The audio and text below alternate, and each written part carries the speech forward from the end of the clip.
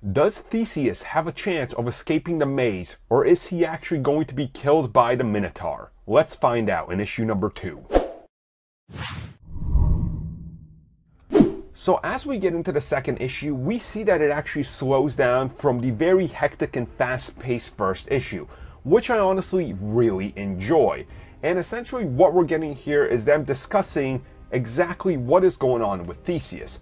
Once we catch up with him, we see that he's not exactly well off, considering he's lost in this giant maze, and he doesn't seem to have any way of getting out no matter what he does.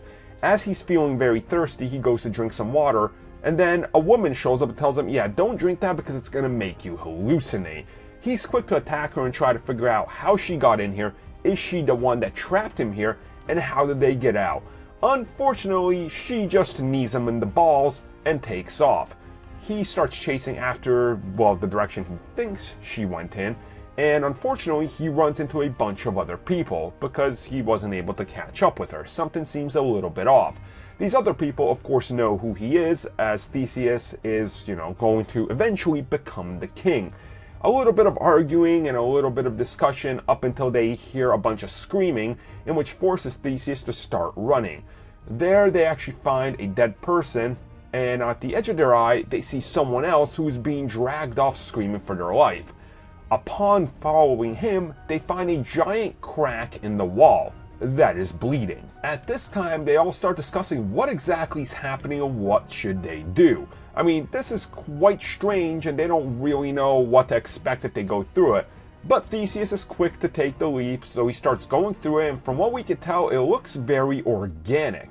Once they get to the other side, the rest of the crew is quick to follow through. Unfortunately, the walls start to close. What's actually happening is that this maze is actually changing itself every couple of hours. So these organic walls are how people can get through. Unfortunately, it doesn't seem like there's any way of escape.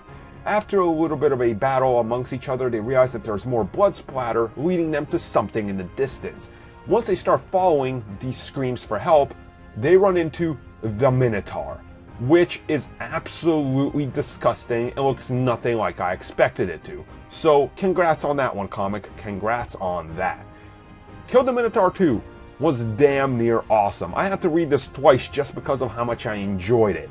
Top to bottom, I love it. I love the art, the storytelling, and how much it slows down from the first issue. I would give this one a 9 out of 10.